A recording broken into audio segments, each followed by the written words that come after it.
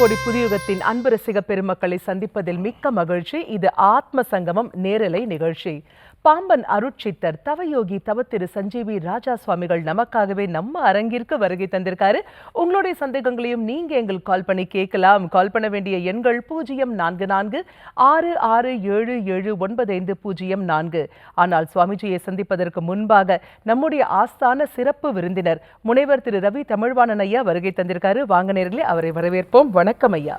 சுவாமிகளுக்கு வணக்கம், சகோதரிக்கு வணக்கம். வணக்கம் ஐயா. நேயர்களுக்கும் பக்தர்களுக்கும் என்னுடைய இனிய நண்பகல் வணக்கம். சுவாமிகள் பிரச்சனைகளை தீர்க்கக்கூடிய அருமையான ஆலோசனை சொல்பவர் என்பதை நீங்கள் எல்லாம் உங்களுக்கெல்லாம் தெரியும். ஆனால் புத்தகம் வாயிலாக ஏராளமான நல்ல விஷயங்களை சொல்லியிருக்கிறார். அவர் சொல்லியிருக்கின்ற ஒவ்வொரு தலைப்பிலும் சொல்லக்கூடிய விஷயங்கள் வாழ்வில் பொக்கிஷமாக பாதுகாக்க வேண்டிய புத்தகங்கள். புத்தக வேந்தர் என்ற பட்டத்திற்கு சொந்தக்காரரான சுவாமிகள் எழுதியுள்ள இந்த புத்தகங்களை நீங்கள் தொடர்பு கொண்டு ஆசிரமத்தில் வாங்க வேண்டும் என்று உங்களை கேட்டுக்கொள்கிறேன். நன்றி. புத்தகவேந்தர் மட்டுமல்ல ஐயா, சொல்வேந்தர், எழுத்து வேந்தர், தமிழ் வேந்தர் அப்படின்னு சொல்லணும். அவ்வளவு அழகா இருக்கும் சுவாமிஜியோடைய தமிழ். அப்பேற்பட்ட சுவாமிகள் நமக்காக நம்ம அரங்கிற்கு வருகை தந்திருப்பது நமக்கு கிடைத்த மிகப்பெரிய பெருமை. இருவரும் சேர்ந்து மீண்டும் ஒரு முறை சுவாமிஜியை வரவேற்போமா. வணக்கம் சுவாமிஜி. வணக்கம்மா ஐயா. வணக்கம் ஐயா. வேதத்தின் வித்தாகி நம் உள்ள குகைக்குள்ளே ஆலயத்திலே வீற்றிருக்கக்கூடிய சடாட்சர சண்முகனே சொத்தாகி நம்மையெல்லாம் காத்தருள வேண்டிய அந்த அற்புதமான அருளை அந்த இறைவன் முருகப்பெருமான் நமக்கு தந்தருள வேண்டும். அதற்கு உறுதுணையாக பாம்பன் குமர குருதாச சுவாமிகளுடைய குருவருளும் முன்னிற்க வேண்டும். அதனை பெற்று ஒவ்வொருவரும் வளமும் நலமும் மகிழ்வும் பெற்று வாழ்வாங்கு வாழ வேண்டும். வணக்கம். மா சொல்லுமா, ஏதாவது நம்ம கேள்வி வச்சிருக்கோம்? ஆமாம் சுவாமிஜி, ரொம்ப நாளா மனசுக்குள்ள இருந்த ஒரு கேள்வி சுவாமிஜி. இப்பதான் எனக்கு அதற்கான விடை என் மடியிலேயே கிடைத்தது அப்படின்னு சொல்லணும் சுவாமிஜி. அதாவது ஒருத்தர் நம்ம கஷ்டப்படுத்துறாங்க, துன்புறுத்துறாங்க, திட்டுறாங்க, அடிக்கிறாங்க, கொடுமைப்படுத்துறாங்கன்னா அவங்க நமக்கு செஞ்சதுக்கு மேல ஒரு 10 மடங்கு ஏறி ஒரு குத்து குத்தினாதான் அப்பாடா அப்படின்னு மனசுக்குள்ள ஒரு திருப்தி கிடைக்குது சுவாமிஜி. ஆனா கொஞ்ச நாளுக்கு பிறகு நம்ம யோசித்து பார்த்தா அதன் பின்விளைவு பார்க்கும்போது அடடா தப்பு பண்ணிட்டோமே, கொஞ்சம் பொறுமையா இருந்திருக்கலாமோ அப்படின்னு மனசுக்குள்ள ஒரு கேள்வி வருது. ஆனா அந்த க்ஷணம் பாத்தீங்கன்னாக்கா பொறுமையாக இருப்பது அப்படிங்கிறது இயலாத ஒரு விஷயமாக, ஒரு மனிதன் எப்பவுமே ஒருத்தன் துன்புறுத்தப்படுகிறான் அப்படின்னாக்கா திரும்பி அடிக்கணும்னு தான் தோணுது சுவாமிஜி. அமைதி காக்கணும்னு மனசுல தோணவே மாட்டேங்குது. அந்த அமைதியை எப்படிதான் கொண்டு வருதுன்னு பல நாட்கள் நாங்க யோசிச்சிருக்கோம் சுவாமிஜி. அதற்கான அழகான தீர்வு நீங்க கொடுத்திருக்கீங்க. வாழ்க்கையை வென்றிடுவோம் வாருங்கள், உணர்த்தும் மொழிகள், மொழி 65 எங்களுக்காகவே எழுதப்பட்ட அற்புதமான வரிகள் சுவாமிஜி. நாய் கவ்வி கடித்ததை போல் தான் கவ்வி தவறிடாதே. ஒருவர் உன்னை மிகவும் துன்புறுத்துகிறார் என்றால் நீ அவரை திரும்ப துன்புறுத்துவது ஏன்? சிலர் பிறரை கொலை செய்துவிட்டு கூட ஜெயில் வாசம் சென்று தனது வாழ்வையே வீண் செய்து விடுகிறார்கள். இங்கு நன்றாக யோசித்து பாருங்கள். ஒரு வெறி நாயானது உன்னை கடித்துவிட்டு ஓடினால் அது ஓடிய திசை தேடி நீ ஓடிப்போய் திரும்ப அந்த நாயை கடிப்பாயா? ஒருபோதும் இப்படி நடக்காது. இதை சிந்தித்து உன் கோபத்தையும் அவசர புத்தியையும் உன்னை துன்புறுத்துகிறவர் வெறி பிடித்த நாய்க்கு சமம் என எண்ணி ஒரு நிமிடம் சிந்தித்து செயல்பட்டால் எந்த நாயும் உன்னிடம் நெருங்காது, உன்னை கடிக்காது என்பதே இம்மொழியாகும். கடிப்பட்டால் மருந்துண்டு, திரும்ப கடித்தால் மரணம் உண்டு, புரிந்து கொள். ஆஹா, அற்புதமான விளக்கம் சுவாமிஜி. இருந்தாலும் இந்த சூட்சும ரகசியத்தை நீங்க எங்களுக்காக இன்னும் தெளிவாக விளக்கணும். நினைக்கிறீங்க? அதாவது நாய் கடிச்சதுக்காக நம்ம திரும்ப கடிக்கணுங்கிறது இல்லை. இந்த கோவப்படுகின்ற நமக்கு துன்பம் தருகின்ற மனிதர்கள் நாய்க்கு சமம்னு சொன்ன விதம் ரொம்ப நல்லா இருக்கு. ஆனால் ஆழ கருத்து அது இல்லை. ஒரு விஷயம் இருக்கு ஐயா, அதில் எதனால் அந்த சண்டை வருது, எதனால் ஒருவர் அடிக்கப்படுகிறார், எதுக்கு ஒருத்தர் திட்டினார்னு அதை நம்ம 2 எடுத்துக்கலாம். நல்லதுக்கும் நடக்கலாம், கெட்டதுக்கும் நடக்கலாம். அந்த திட்டு வாங்குறவர் என்ன தவறு செய்தார், அல்ல அடித்தவரும் திட்டுனவரோ முட்டாளாக செய்கிறாரா, இது 2 இருக்குது. சில பேர் வீம்புக்குனாவே செய்வாங்க. அப்போ அந்த கோபத்தை அதனால் நம்ம அடி வாங்கின்னு கம்முன்னு இருக்கணுமா? நாய் போய் கடிக்காது சொல்கிறீங்க, கரெக்டு. நான் எந்த தப்புமே பண்ணல, அவன் குடிச்சிட்டு வீம்புக்கு என்ன அடிக்கிறான், அவனை சும்மா விட சொல்கிறீங்களா அப்படின்ற இடம் வரும்ல இங்கே. ஆனால் என்ன விஷயம்னா, இங்கே இந்த மாதிரி நினைக்கிறவங்க புரிஞ்சிக்க வேண்டியது, ஒருவேளை உன்னை அவன் திமிரில் அடித்தான் ஒருத்தன், இல்லை திட்டினா ஒருத்தன் பெண்ணோ ஆணோ திட்டுறாங்க அப்படின்னா அவங்களை எதிர்த்து ஜெயிக்கக்கூடிய பலனும் பலமும் உங்ககிட்ட இருக்கான்னு நீ சிந்திச்சுக்கணும் முதல்ல. அப்படி நீ பலம் இல்லாத, அவன் ஒரு பலசாலியா இருக்கிறான், அவன் கையில ஏதோ ஒன்று வச்சுன்னுக்கிறான், நீ வீண் கோம்பதுல போனீன்னா தேவையில்லாத ரணம்தான் ஆகும். இதை தான் அது உள்ள நான் சூட்சுமமா வச்சேன். ஒருவர் என்னத்தினால பிரச்சனை வருதுன்னு இல்லை, ஒரே ஒரு நிமிடம் இவனை நாம் எதிர்த்து அடிக்கு கோபத்துல போயிட்டீங்கன்னா பிரச்சனை பெருசாயிரும். அல்லது அவனை எதிர்த்து ஜெயிக்கக்கூடிய தன்மை உங்ககிட்ட இருக்கா, உங்களுக்கு பலம் இருக்கா அப்படிங்கிறத சிந்திக்கணும். அதுவும் இல்லாமல் நீ போயிட்டு அவனை திருப்பி அடிச்சிட்டின்னா போலீஸ் ஸ்டேஷன் போகும், பிரச்சனை பெருசாகும், நாளைக்கு 1 2ன்னு போகும். அப்போ யோசிக்கணும், ஐயோ நம்ம ஒரு வேளை யோசித்து கம்முன்னு இருந்துருக்கலாமா அப்படின்னு அப்போ யோசிப்பீங்க. அதுக்குத்தான் நாய் உதாரணம் காட்டினேன். வெறி நாய் ஒன்று கடிச்சிருச்சு, அது எவ்வளோ பெரிய வலி, அது என்ன பிரச்சனை, வயிற்று சுற்றி வேறு இன்ஜெக்ஷனு, உயிருக்கு ஆபத்து, நாயாவே மாறினவன் நிறைய பேர் இருக்கிறான். அந்த மாதிரி அது கடிச்சிருச்சுன்னா பின்னாடி நீ போய் அதை தேடி எனக்கு வலிக்குது, அந்த நாய் எங்கன்னு போய் கடிக்கவா முடியும்?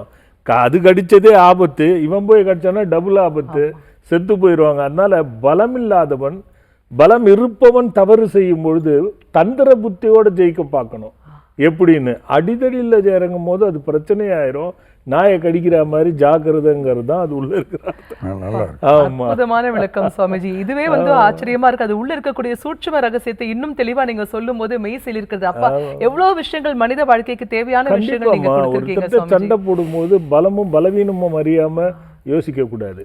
ரெண்டாவது, உன்னோட பலமும் பலவீனமும் தெரியாம மோதிடக்கூடாது. இதை நாம கருத்துல வச்சுக்கணும். எப்பவுமே சாதுரியமான புத்தியும் பகுத்தறியும் தான் வெற்றி பாதைக்கு கொண்டு போகும் எல்லாத்துக்குமே. அருமை சுவாமிஜி. எதையும் அறிந்து தெரிந்து ஒரு சிறு கருத்து நானும் சொல்றேன் சாமி. நான் வந்து தினமும் டென்னிஸ் விளையாடுறவன். புதிதாக ஒரு டென்னிஸ் விளையாடுறவர் வந்தால் அவரோட பலம் எது பலவீனம் எது கொஞ்ச நேரத்தில் கண்டுபிடிக்கணும். எப்படி அவரோட விளையாட்டு எப்படி இருக்குங்கிறத கண்டுபிடிச்சி நம்ம செய்யணும். நீங்கள் சொன்ன அந்த பலம் பலவீனம் கிட்டத்தட்ட இந்த டென்னிஸ் விளையாட்டுக்கும் பொருந்தது. எல்லாத்துக்குமே பொருந்தோம். ஏன் விளையாட்டுன்னு இல்லை, எல்லாத்துக்குமே பொருந்தோம். நம்ம சாதுரியமும் பகுத்தறிவும் தான் எப்பவுமே நம்மளை மேலே கொண்டு போகும். சில பேர்லாம் பாருங்க அமைதியாக இருப்பாங்க, ஒன்றுமே பண்ண முடியாது, குழப்பமாயிடும். எதையுமே அறிந்து தெரிந்து தெளிந்து செய்வது சாலை சிறந்தது அப்படின்னு அழகான விளக்கம் கொடுத்தீங்க சுவாமிஜி. நேர் இணைப்புல இருக்காங்க, அவங்க கிட்ட பேசிட்டு நம்ம தொடர்ந்து பேசுவோம். வணக்கம், ஆத்ம சங்கமம். யார் பேசுறீங்க? வணக்கம், இணைப்புல இருக்கீங்க, பெயர் சொல்லுங்க, யார் பேசுறீங்க? வணக்கம் அம்மா. வணக்கம் அம்மா, பெயர் சொல்லுங்க, யார் பேசுறீங்க? என் பேர் கவிதா மேடம். கவிதாமா, உங்க வயது என்ன? 54. ஓகே கவிதாமா, சுவாமிஜிட்ட பேசுங்க. சொல்லுமா கவிதாம்மா, சொல்லுங்க. சாமி வணக்கம் சாமி. வணக்கம்மா. ஆசீர்வாதம் பண்ணுங்க சாமி. குறையில்லாத நிறையோடு வந்த குறை தீர்ந்து நல்லா இருமா. எங்க குலசாமியை பத்தி தெரியும் சாமி. என்னம்மா தெரியணும்? எனக்கு குலசாமி தெரிய மாட்டேங்குது சாமி. சரி, நம்ம யூடியூப்ல ராஜா சுவாமிகள்னு போடு, குலதெய்வம் கண்டறியன்னு ஒரு தலைப்பு போட்டீங்கன்னா குலதெய்வம்னு போட்டாலே வந்துடும். அதை பார்த்தீங்கன்னா உனக்கு தெளிவா தெரிஞ்சிடும்டா கண்ணு. சரியா? ஓகேமா, அழைப்பிற்கு நன்றி. வணக்கம், ஆத்ம சங்கமம். யாரு பேசுறீங்க? வணக்கம் ஐயா, பெயர் சொல்லுங்க. சிவசுதன் மேடம். ஓகே சிவா, உங்க வயது என்ன? 31 மேடம். ஓகே சுவாமிஜிட்ட பேசுங்க. சொல்லுப்பா சிவசுதன். அனந்த மண்டலாகாரம் வியப்பதம் ஏன சராசரம் தத்பதம் சச்சிதம் ஏன தஸ்மை ஸ்ரீ குருவே நமக. யார் நீ? சாமி உங்களுடைய பக்தர். தெரியல, புரியுது, அதனால தான் யார் நீன்னு கேட்டேன். சொல்லுப்பா. பல நன்மைகள் அடைஞ்சிருக்கு சாமி. என்னம்மா? நாள பல நன்மைகள் 2018 நன்மைகள் அடைஞ்சிருக்கு. கொஞ்சம் நகர்ந்து பேச, விட்டு விட்டு கேக்குது. பல நன்மைகளை அடைஞ்சேன்னு சொல்றாரு. பல நன்மைகளை அடைஞ்சிருக்கு சாமி. சொல்லுங்க தம்பி. சாமி, இந்த தொழில் தொடங்குறதுக்காக 3 வருஷத்துக்கு முன்னாடி வந்து ஜாதகம் பார்த்தேன் சாமி. சரி. லேசா சின்னதை ஆரம்பிச்சு தொடங்கி பாருப்பா பார்க்கலாம் அப்படின்னு சொல்லியிருந்தீங்க. சரி. அதை இப்ப ஆரம்பிக்கலாமா அப்படின்னு கேட்கலான்னு கூப்பிட்டேன் சாமி. நம்ம பக்கத்தை சேர்ந்திருந்த புத்தகம் வாங்கணும்னு கேட்டுட்டே இருந்தேன் சாமி. அது கொடுக்கவே இல்லைங்க சாமி. என்ன சொல்லுது? அது இப்ப வேண்டாம் வேண்டாமே வந்துச்சு சாமி, வேற மாதிரி வந்துச்சுங்க. ஆனா இப்ப 2-3 நாளைக்கு முன்னாடி கேட்கும்போது வந்து நீங்கள் ஆரம்பிப்பது வெற்றியில் முடியும், உடனே ஆரம்பிங்க அப்படின்னு வந்துச்சு. 2-3 நாளைக்கு முன்னாடி தான் வந்ததா? ஆமாங்க சாமி. அப்படியே இரு, நான் ஐயாவை பார்க்க சொல்றேன். சரி. இதுல என்ன வருதுன்னு பார்ப்போம். நாமளே புக்கை சோதிப்போம். ஆமா, நேரலை வரிசை தானே, அதை பார்க்கட்டோன்னு நீ என்ன பார்த்தா அது ஏதாவது வருதான்னு பார்க்கலாம். இன்னொன்னு பாரு, ஐயா இன்னைக்குதான் முனிவரே எடுத்து போட போறாரு உனக்கு. எப்பவுமே போடும். இரு தம்பி படிக்கிறாரு.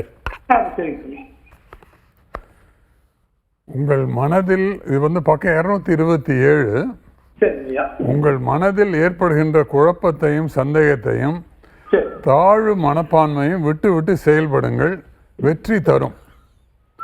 வெற்றி கிடைத்திட மந்திரம். இது வந்து அந்த மந்திரம் வந்து அதுக்கு எதிர்பக்கத்தில் 226ஆம் பக்கத்தில் இருக்கு.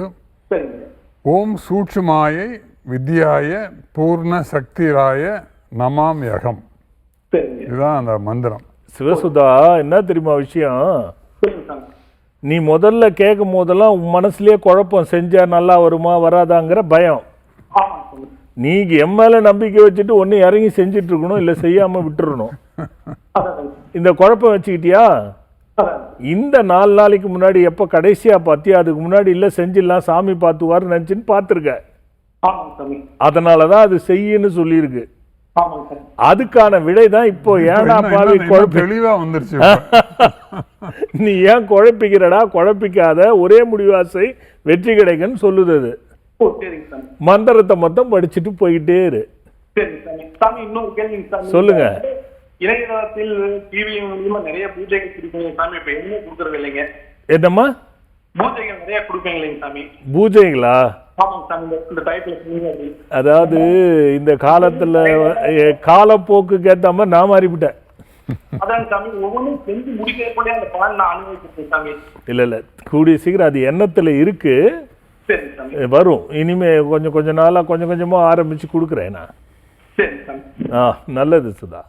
சுவாமிஜி, போன நிகழ்ச்சியில வந்து நான் கேட்டிருந்தேன், மன அழுத்தம் அப்படிங்கிறது இன்னைக்கு சின்ன குழந்தைலேருந்து பெரியவங்க வரைக்கும் எல்லாரையும் வந்து உருக்குலைய செய்கின்ற ஒரு மிகப்பெரிய ஒரு அரக்கனா இருக்கு சுவாமிஜி. இதற்கான தீர்வுகள் பத்தி சொல்லும்போது நீங்க ரொம்ப அழகா சொன்னீங்க. தியானம் செய்வது சாலச்சிறந்தது, செய்கின்ற முறை அப்படிங்கிறது ஒண்ணு இருக்குன்னு சொன்னீங்க. அதை எங்களுக்காகவே சொல்லிக் கொடுங்க சுவாமிஜி. முதல்ல வந்து துன்பத்தில் அகப்பட்ட மனிதர்கள் கடவுள் தான் துன்பம் தராங்கிறத முதல்ல விட்டுறணும். அது ஒன்று. அடுத்து, துன்பம் இல்லாமல் இன்பத்தை நுகர முடியாது. யாருமே எடுத்த உடனே இன்பமானா ஒன்றுமே தெரியாது, அப்படி போயிடும். ஒரு சின்ன உதாரணத்தை விளக்கமாக சொல்லிட்டு நான் அந்த என்ன மன அழுத்தத்தை எடுக்கிறதுன்னு சொல்கிறேன் ஐயா. ஏன்னா நீங்கள் பிராணாயாமம் பண்ணுவீங்க இல்லையா, அதனால உங்களுக்கோசமே அதை சொல்லணும்னு நான். சாதாரண இயல்பான மன அழுத்தம் உள்ள மனிதர்களுக்கு கவலை தான். ஏதாவது காரணம்னா கவலை, ஏதோ காரணம் 1000 இருக்கும், எந்த விதத்தில் காரணம் இருக்கும். அதனால தான் மன அழுத்தம் வருது. அப்போ இந்த கவலையை முதல்ல நீங்கள் ஜெயிக்க கற்றுக்கிட்டா தான் அந்த மன அழுத்தத்திலிருந்தே வெளியில் வர முடியும். இதை நீங்கள் முதல்ல மனசில் வச்சுக்கணும். பட்டுப்பூச்சியை பார்த்துருப்பீங்க, நிறைய பேர் எல்லாம் கேள்விப்பட்டிருப்பீங்க, படிச்சிருப்பீங்க. பட்டுப்பூச்சி தானாகவே கூடு கட்டும் ஐயா. கூடு கட்டி அது உள்ளே மாட்டிக்கும். அது உள்ள அது சிரிக்குதா, அழுவுதா, மழையில் நனையுதா, கவலைப்படுதா, இல்லை என்னதான் பண்ணுதுன்றது அது மட்டும்தான் உணர முடியும், வெளியில் தெரியாது. அதுக்கு யாரும் போய் ஆறுதல் சொல்கிறதுக்கும் ஆள் கிடையாது. தான் கட்டிய வீட்டுக்குள்ளே கூட்டுக்குள்ளேயே அது மாட்டி தானே வேதனைப்பட்டு தானே மகிழ்ச்சி அடையுது. அதனால தான் அது ஜெயித்து வண்ணத்து பூச்சா வெளில வருது. அது ஜெயிச்சு வண்ணத்து பூச்சா வெளியில் வருது. பார்க்க கண்கவர் கலரோட, பறவையும் இல்லாமல் பூச்சும் இல்லாமல், பிள்ளைகள் முதல் கொண்டு பட்டாம்பூச்சியை பிடிக்காத ஆளே இருக்க முடியாது, அப்படி பிடிக்குது. அது ஒரு பக்கம் இருக்கட்டும். தான் பட்ட கஷ்டங்கள் அந்த கூடு கூட அடுத்தவர்களுக்கு ஆடையாகி, அதுவும் உயர் ரக பட்டு ஆடை, ரொம்ப செலவினமான உயர் ரக பட்டு ஆடை, அந்த ஆடைக்கு காரணமாகி எத்தனை பேருக்கு வாழ்வளிக்கிறது. அது பாருங்க, தான் படுகின்ற கஷ்டம் முத்தி பேராக பட்டாம்பூச்சியாக மாறி அந்த கூடு பல பேருக்கு பயன் தரக்கூடிய ஒரு நூலாக மாறுதுன்னா, இதை நீங்கள் மட்டும் மனசில் வச்சுக்கிட்டு எந்த கவலையே இருந்தாலும் பட்டுப்பூச்சா வர்றதுக்கான வாய்ப்பை வச்சுக்கோங்க. பட்டாம்பூச்சியாக மாறுறதுக்கு ஒன்றும் இல்லை. ஒரு கோயிலில் பெரிய ஆலய மணி இருக்கும், நீங்கள் பார்த்துருப்பீங்க. அதை அந்த மணி அப்போது சைலண்ட்டாக தானே இருக்குது. என்ன ஐயா? அடிக்கும்போது அடிக்கும் பொழுது பல ஊருக்கு கேட்கும் அந்த ஓசை, மணி அடிக்கிற ஓசை. அது ஆலயங்கள் வேறுபாடு இல்லை. திருப்பியும் கொஞ்ச நேரத்தில் அடித்து முடித்த பிறகு அது என்ன ஆகும்? அமைதியாயிடும். இதுதான் தியானத்தினுடைய தன்மையை புரிஞ்சிக்க வேண்டியது. உங்கள் மனசுக்குள்ளே நீங்கள் தியானிக்கும் பொழுது வெறும் இல்லை, ஓம்ங்கிற அட்சரத்தை மட்டும் எப்படி மணி ஓசையை அடித்தா அது ஓங்கி வந்து திரும்பி அடங்குதோ, அந்த மாதிரி ஒரு நல்ல குருவினிடத்தில் அந்த ஓமை எப்படி ஒலிக்க செய்யணுங்கிறத புரிஞ்சுட்டு தியானம் பண்ணால் கண்டிப்பாக மன அழுத்தம் போய்விடும். இதை புரிஞ்சு பண்ணணும், தலைகளை பண்ணிடக்கூடாது. எப்படி ஓசை பாருங்கள், இப்போ வாய் திறந்து சொல்வதல்ல, இது வலது இடதுக்கு பிராணாயாமத்தோடு இணைத்து பண்ணணும். ஒரு நல்ல குருவை கண்டு பண்ணால் அந்த மன அழுத்தம் வராது. இதெல்லாம் கணக்கு போட்டு தான் இந்த ஆஷாட நவராத்திரின்னு ஒன்று வருதுராக்கணும். இந்த ஆஷாட நவராத்திரி நவமாதர்கள் பெருவிழா. அதாவது பல சரித்திர கதைகள் இருக்குது. இதில் மிக அற்புதமான கதை இந்த ஆஷாட நவராத்திரி கதை.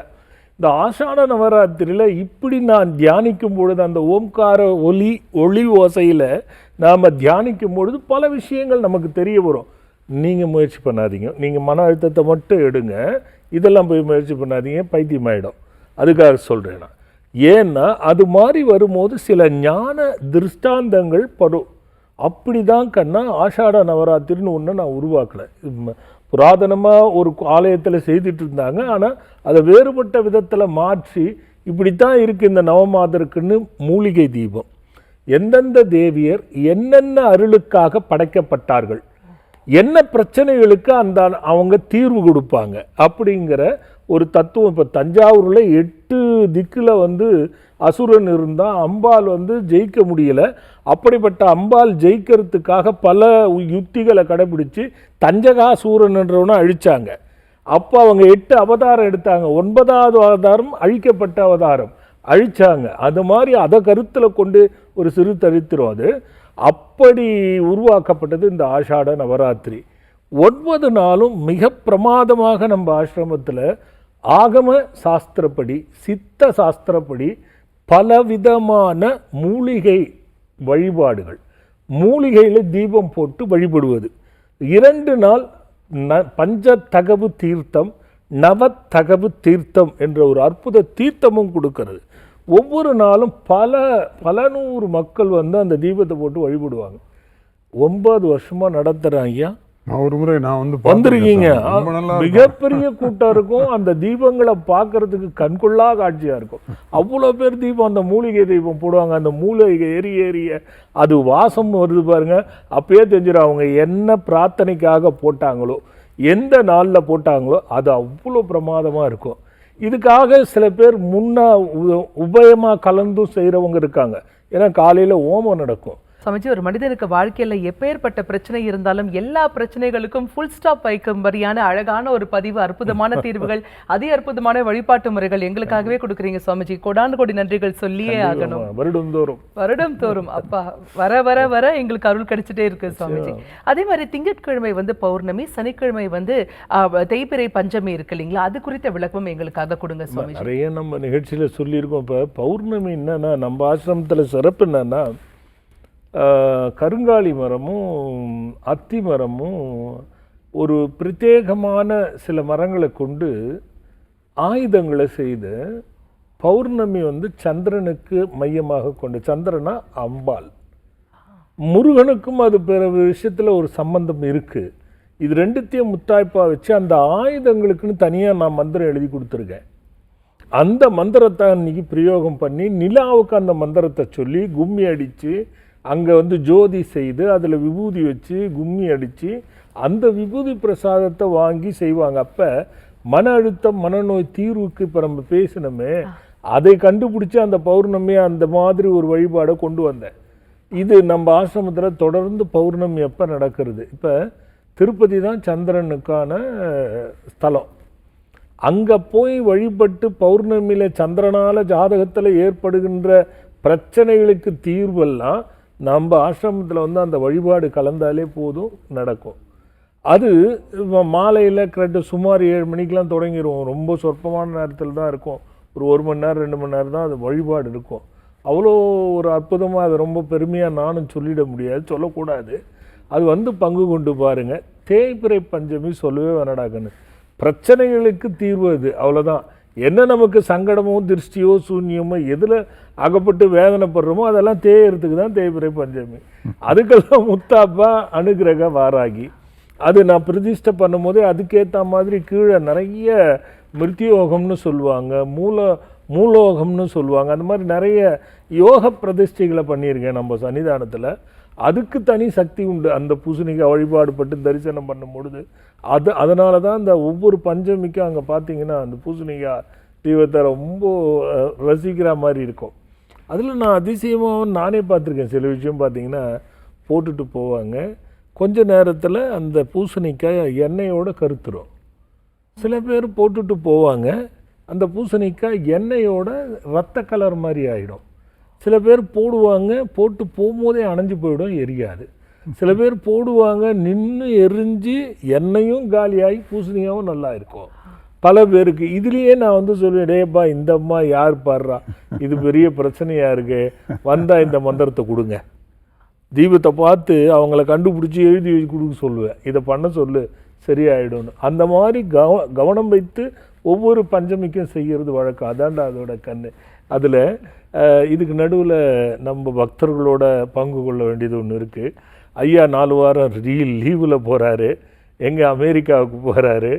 அவர் அங்கே போனாலும் நம்ம நிகழ்ச்சி பார்த்துட்டு எனக்கு ஃபோட்டோ அனுப்புவார், எடுத்து நான் பார்த்துன்னு இருக்கேன் தெரியுமா அப்படின்னு வேறு. அங்கே போய் அவர் இளைஞர், நாம்லாம் வயதானவங்க, அப்படி தான். இது என்னது இல்லை, உலகெங்கும் யாதும் ஊரே யாரும் கிளம்பி அடி அமக்கலமாக போகிறாரு. அதனால் ஐயாவுக்கு உங்களோட சேர்ந்து நான் வாழ்த்து சொல்கிறேன். ஐயா, உங்களுடைய அந்த பயணம் வெற்றி பயணமாகி நிறைய பொட்டி பயணமாகவும் ஆகி நல்ல சிறப்பாகி வரணும் ஐயா. அதை பற்றி நீங்கள் ஏதாவது சொல்கிறதா சொல்லுங்கள். வாழ்த்துக்கு நன்றி சாமிகள். அதாவது பள்ளிக்கூடத்தில் நாட்களில் since I am suffering from fever give me 4 days leave அப்படின்னு நம்ம வந்து ஒரு கடிதம் கொடுப்போம். இப்போ அந்த மாதிரி சுவாமிகளுக்கு நான் ஒரு விண்ணப்ப கடிதம் கொடுக்க வேண்டியது இருக்குது. Since I am going to America and London kindly give me 4 weeks leave அப்படின்னு சொல்ல வேண்டிய ஒரு சூழல் இருக்குது. அமெரிக்காவுக்கு வந்து மொத்தம் 50 மாநிலங்களை கொண்டது America. 50 states makes United States of America. அதில் ஒரு 35 மாநிலங்களுக்கு நான் போயிருக்கேன். மீதி மாநிலங்களுக்கு போகக்கூடிய இப்போ ஒரு நல்ல ஒரு வாய்ப்பு இப்போ ஏற்பட்டிருக்கு. அதை பற்றி நான் ஒரு நேயர்களுக்கு சொல்கிறேன். அமெரிக்காவில் இருக்கக்கூடியவர்கள் அல்ல, இங்கே இருக்கக்கூடியவர்களுடைய உறவினர்கள் நண்பர்கள் யார் இருந்தாலும் அவங்கள தொடர்பு கொண்டு வர சொல்லலாம். அந்த கண்காட்சியில் மணிமேகலை பிரசுர நூல்கள், சுவாமிகள் எழுதிய அனைத்து நூல்கள், தினமலர் வாரமலர் அந்துமணி அவர்கள் எழுதிய நூல்கள் எல்லாமே அந்த கண்காட்சியில் கிடைக்கும். அதில் வர எந்தெந்த இடங்களில் நடக்குதுங்கிறத முதல்ல சொல்லிடுறேன். ஜூலை 11ஆம் தேதி சனிக்கிழமை அமெரிக்காவில் இண்டியானா போலிஸ் அப்படின்னு ஒரு நகரம் இருக்குது, அந்த நகரத்தில் நடக்குது. 12ஆம் தேதி சின்சினாட்டி அப்படிங்கிற ஊரில் நடக்குது. இந்த 2 ஊர்களில் இருக்கக்கூடியவர்கள் அவசியமாக வந்து பாருங்கள் இந்த கண்காட்சியை.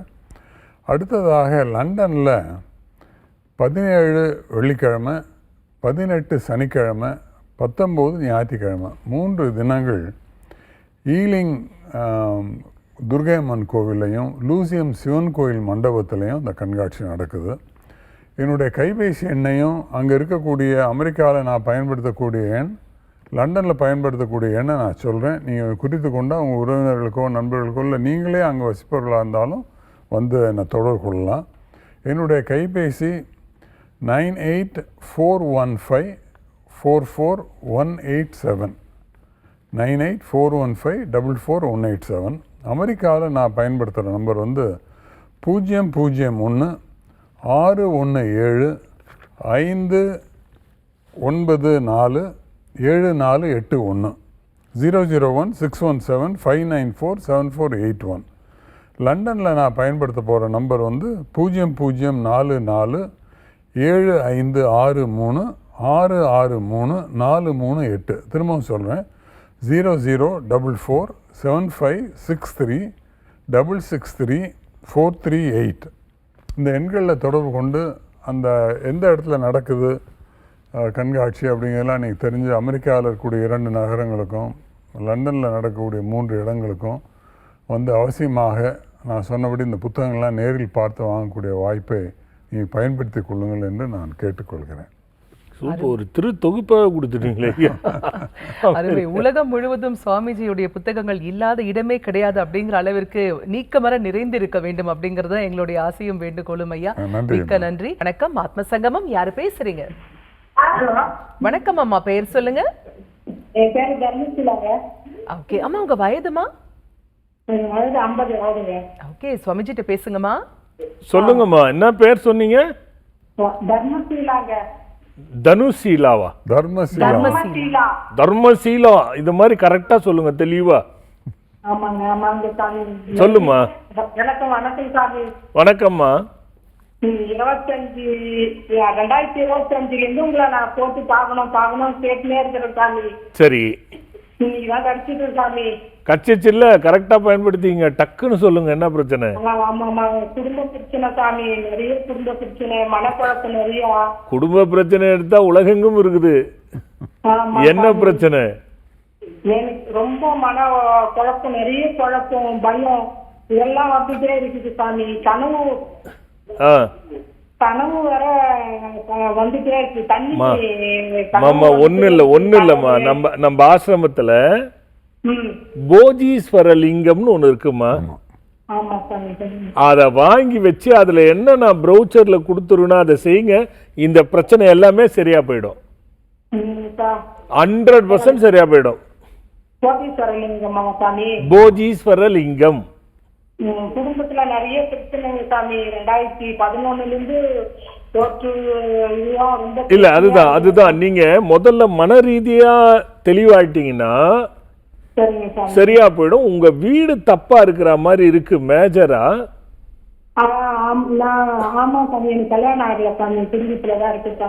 அதுதான்மா, அது வீட்டு மேல எனக்கு ரொம்ப சந்தேகமா இருக்கு. நீ அந்த லிங்கம் வாங்கும்போது அங்கேயே உன் வீடு தப்பா இருக்குதுன்னு ஐயா சொன்னாங்க. அத வரைஞ்சி பாட்ட சொன்னாங்க. இங்க யாருகிட்ட காட்டுறதுன்னா அங்க வரைஞ்சி பாப்பாங்க. அதுல இருக்க தப்ப சரி பண்ணி தந்துருவாங்க. நீ அதை பார்த்துட்டு போஜீஸ்வரர் லிங்கம் வாங்கி கும்பிட ஆரம்பிமா. நீ சொல்ற எல்லாத்துக்கும் உனக்கு தீர்வு இருக்கும். ரொம்ப சோர்வா இருக்கு, குழப்பமா இருக்கு. சாமி கூட கும்பிட முடியல சாமி. அது என்ன பண்றது, மனசு அது இஷ்டத்துக்கு போயிட்டு இருக்குது. வேற என்ன, வெறுப்பினுடைய உச்சத்துக்கே போயிட்டு இருக்கிறமா நீ. ஆமா சாமி. தற்கொலை செய்துக்கிறதுக்கு தைரியம் இல்லை, அவ்வளவுதான். என் கூட இருந்த தம்பிகளே என்ன துரோகம் பண்றாங்க சாமி. தம்பிங்க தான் துரோகம் பண்ணுவாங்க, கூட இருக்கிறவன் தான் துரோகம் பண்ணுவான். வெளியால பண்ண மாட்டான் எப்பவுமே. விலகிட்டாங்க சாமி, என்ன வச்சு எல்லாம் விலகிட்டாங்க. நீ கவலைப்படாத, போஜீஸ்வரர் லிங்கம் இருக்காரு பாரு, அதை வச்சு பிடிச்சுக்கடா கண்ணு. நீ நல்லது. 2 வீடு இருக்கு சாமி. அங்க கடக்கால் போட்டு விட்டுட்டு வந்துருக்கேன் சாமி. இப்போ ஒரு குச்சில பகரம் போட்டு ஒரு ரூம் போட்டு கட்டி வச்சிருக்கேன். இல்ல, இந்த வீட்டுக்குள்ள இருந்து நீ எது எடுத்தாலும் எல்லாம் தடையும் தடங்கலாவும் ஆயிடும். அவங்க இணைப்புல இல்ல. ஆமாமா. ஓகே, அழைப்பிற்கு நன்றி அம்மா. சுவாமிஜி, இதே மன அழுத்தம் நிறைய பேருக்கு இருக்கு இல்லைங்களா? அந்த ஓம்கார வழிபாடு நீங்க சொன்னீங்க சுவாமிஜி, மீண்டும் ஒரு முறை எங்களுக்காக சொல்லி காமி. இல்லம்மா, அது சொல்லணும், நேரம் நமக்கு அப்படியே போயிட்டு இருக்கு. அதனால ஒன்றும் இல்லை, ஒரு 5 நிமிஷம் முதல்ல கண்களை மூடி, கீழே உட்கார முடியாதவங்க கூட சேரில் கூட உட்காந்துக்குங்க. 2 கையும் பிரிக்காதீங்க, இணைச்சி வச்சுக்கோங்க. பாருங்க, ஓமம் எப்படி மணி ஓசை அடிக்கும் பொழுது மெல்ல சப்தமாக கேட்டு அப்படியே சுருங்கி திருப்பியும் அது அமைதியாயிடுது. அமைதியாக இருக்குது, திருப்பியும் சப்தம் போடுது, மீண்டும் அமைதியாயிடுது. இதை மனசில் வச்சுக்கிட்டு அந்த பிராணாயாமம் மாதிரி ஒன்று நீங்கள் மூச்சு பயிற்சிலாம் பண்ணாதீங்க. பாருங்கள், உடம்பு ரீதியாக உள்ளுக்குள்ளே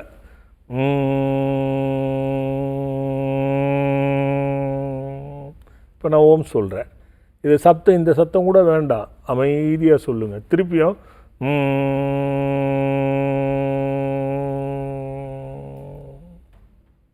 இது போல் ஓம் மட்டும் சொல்லுங்கள், வேறு எதுவும் வேணாம். ஆனால் ஒன்று மட்டும் கவனிங்க. அப்படி நீங்கள் கண்ணை மூடி சொல்லும் போது உங்கள் மூச்சு எங்கே போய் வருதுன்னு மட்டும் கவனிங்க, வேறு எதுவும் வேண்டாம். இதுதான் மன அழுத்தத்தை போக்கும். அருமை சுவாமிஜி, அற்புதமான விளக்கங்கள் எங்களுக்காகவே கொடுக்குறீங்க சுவாமிஜி. அதே மாதிரி மீண்டும் ஒரு முறை வந்து பௌர்ணமி மற்றும் தேய்பிறை பஞ்சமி வழிபாட்டு நினைவூட்டுதல் சுவாமிஜி. ஆஷாட நவராத்திரி மறந்துடக்கூடாது. ஏன்னா அது நிறைய பேர் பங்கு கொள்றதுனால முன்பதிவு கொஞ்சம் பண்ணிக்கிறது நல்லதுங்கிறதுக்காக மீண்டும் உங்களுக்கு நினைவுபடுத்துகிறேன். பௌர்ணமி வழிபாடு, ஆயுத பூஜை, இந்த மாதிரி பக்தி ஆர்வமும் ஞான தேடுதலும் சித்த தேடுதலும் இருப்பவர்களுக்கெல்லாம் இந்த மாதிரி வழிபாடில் பங்கு கொள்ளும் பொழுது பல விஷயத்தை தெரிந்து கொள்ள முடியும். இப்போ நம்ம எத்தனையோ காய்கள் இருக்குது, தர்பூஸ் கூட பூசணிக்காய் மாதிரி தான் இருக்கும். ஆனால் தர்பூஸ் செவப்பாக இருக்கும், இதுலையாவது குங்குமம் போடுவோம் திருஷ்டி சுற்றுறதுக்கு, அது கூட தேவையில்லை. ஆனால் தர்பூஸை சுற்றி போட மாட்டாங்க. ஏன் பூசணிக்காவை சுற்றி போடுறாங்க? அதுக்குள்ளே ஒரு ரகசியம் இருக்குது. ஏன் அது உள்ள தீபம் போடணும்? இதெல்லாம் அம்பக்குன்னு சொல்கிற ஒரு கூட்டமும் இருக்குது. அது நம்ம எடுத்துக்க வேண்டியதில்லை. எப்பவுமே ஒரு மாற்று கருத்து இருக்கும்போது தான் உண்மையான கருத்துக்கு பலம் அதிகம். அதில் ஒன்றும் மாற்று கருத்து இல்லை. பாருங்கள், எல்லா பூக்களும் பூத்து காய்க்கும். ஆனால் பூசணிக்காய் மட்டும் காய்க்கு மேலே பூ இருக்கும். புரிஞ்சுக்கணும் இதை. ஐயா நீங்கள் பார்த்துருக்கீங்களா? பூசணி வந்து பூக்கு கீழே காய்க்கும், பூ மேலே இருக்கும், மித்ததெல்லாம் காயிலே பூ ஆகும். அப்படியே பூ பூக்கும். அது பாருங்கள், எவ்வளோ அதிசயம் இருக்குது பாருங்கள் அதில். இந்த அதிசயம்தான் திருஷ்டியை போக்க வல்ல மகிமை வாய்ந்தது என்பது அர்த்தம். இதை முந்திரி கொட்டை பார்த்துருக்கீங்கல்ல, எல்லா விதையும் உள்ளே இருக்கும், முந்திரி கொட்டை மட்டும் வெளியில் இருக்கும். அப்போ அதுக்குன்னு ஒரு தனித்தன்மை, அதுதான் இருக்கிறதுலையே காஸ்ட்லி. அப்போ புரிஞ்சுக்கணும் நம்ம. இப்படி இயற்கையில் நிறைய விஷயம் இருக்குது. அதனால் இந்த தேய்பிறை பஞ்சமியில் அந்த பூசணியில் வழிபடும் பொழுது பல ரகசியம் இருக்குது. பங்கு கொண்டு அங்கே வந்து கேட்கும் பொழுது நிறைய விளக்கங்கள் சொல்லுவாங்க. அழைப்பது என் கடமை, பங்கு கொள்வது இறைவோடைய அருளும் உங்களுக்கு கிடைக்கணும், அவ்வளோதான் அப்படின்னு சொல்லி அடுத்த வாரம் வேற ஒரு நிகழ்ச்சியோட பார்க்குறேன். வணக்கம். நீங்களும் எங்களுக்கு கிடைத்த மிகப்பெரிய அதிசய பொக்கிஷ பெட்டகம் சுவாமிஜி. கொடான கொடி அன்பு நெஞ்சங்கள் அனைவர் சார்பாகவும் மனமார்ந்த நன்றிகள். நன்றி ஐயா. நன்றி ஐயா. நன்றி. என்னங்க, நிறைய பேர் கால் பண்ணி உங்களுக்கு லைன் கிடைச்சிருக்கும், நிறைய பேருக்கு கிடைக்கலையே, ஏங்க எனக்கு மட்டும் கிடைக்கவே மாட்டேங்குது அப்படின்னு குட்டி கோவத்தோடைய வருத்தத்தோடய இருப்பீங்க இல்லைங்களா? கவலையே படாதீங்க. உங்களுக்கான ஒரு மந்திர மாதிரி விஷயம் நான் இப்போ சொல்ல போகிறேன், நோட் பண்ணிக்கோங்க. ஒவ்வொரு செவ்வாய்க்கிழமை காலை 9 மணி முதல் 10 மணிக்குள்ளே நீங்கள் எங்களுக்கு கால் பண்ணி உங்கள் மனதில் இருக்கக்கூடிய குழப்பங்கள், உங்கள் வாழ்க்கையில் இருக்கக்கூடிய பிரச்சனைகளை ஃபோன் மூலமாக எங்ககிட்ட சொல்லலாம். உங்களுக்கான பிரத்யேக வழிபாட்டு முறைகளும் தீர்வுகளும் உங்களுக்காகவே வழங்கப்படும். நீங்கள் கால் பண்ண வேண்டிய நம்பர் சொல்கிறேன், நோட் பண்ணிக்கோங்க. 9600396444 அல்லது 9600397444. மீண்டும் அடுத்த நிகழ்ச்சியில் இணைவோம். அதுவரை புது யுகத்துடன் இணைந்திருங்கள், மகிழ்ந்திருங்கள்.